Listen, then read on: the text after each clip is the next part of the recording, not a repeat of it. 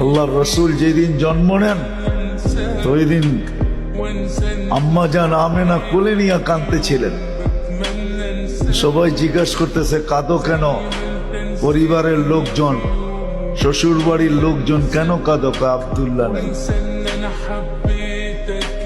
কেন? আব্দুল্লাহ থাকলে এতক্ষণে খেলনা চলে আসতো। আল্লাহ যেন কানে কানে বলতেছিলেন আমেনা কাঁদিস না, আব্দুল্লাহ খেলনা আনলে আর কোত্থেকে আনবে? মক্কার বাজার থেকে পাথরের আনবে, কাঠের আনবে, প্লাস্টিকের আনবে, মাটির আনবে।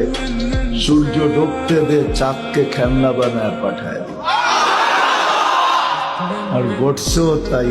আবু তালেব বলে বিকালে যখন শোয়া দিছি, সূর্য ডুবার পরে যখন শোয়া দিছি, চোখের উপরে তো বাদাল কামরু আইয়াদনু, চাঁদ দ্রুত গতিতে নিচে নামতেছিল।